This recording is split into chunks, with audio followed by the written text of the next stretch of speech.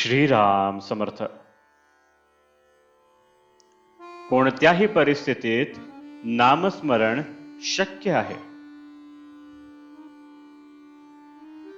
मनुष्याची सर्व धडपड शाश्वत समाधान मिळवण्यासाठी चालू असते. ते समाधान फक्त भगवंताजवळ असल्याने समाधानासाठी प्रत्येक माणसाला भगवंताची गरज आहे.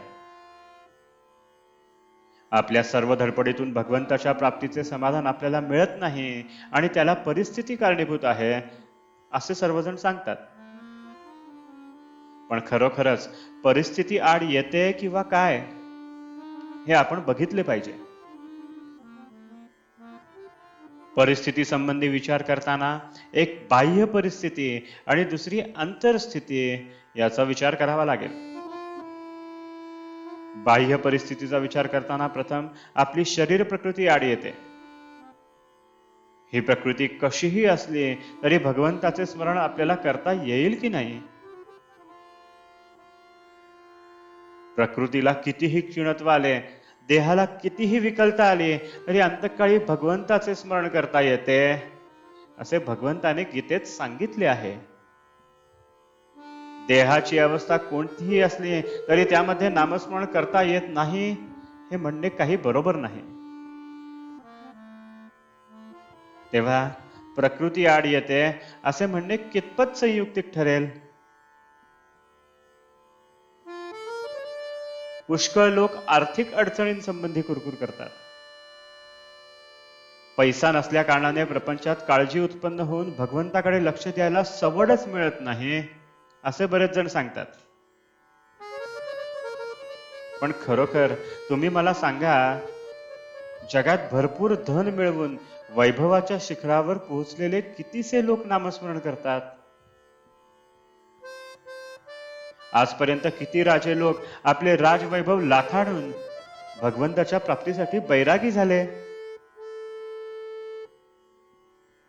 आपल्याजवळ पैसा नसणे हे भगवंताच्या प्राप्तीच्या आड येते हे म्हणणे बरोबर नाही. उलट पैसा हा भगवंताची निष्ठा फार कमी करतो.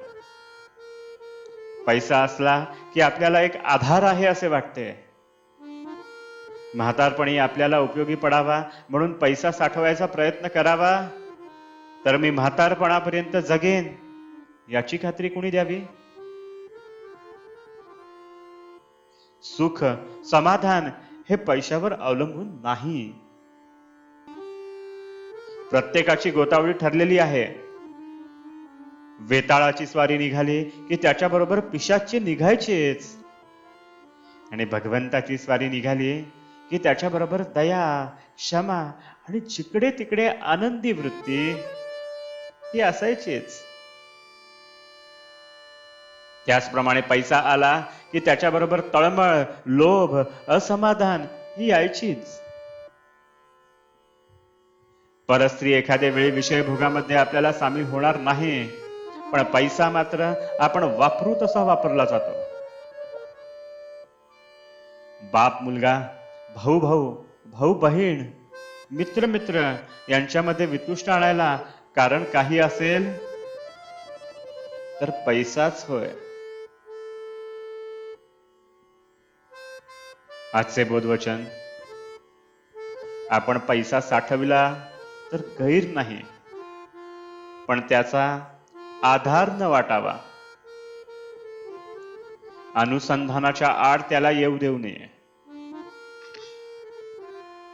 जानकी जीवन स्मरण. जय जय राम.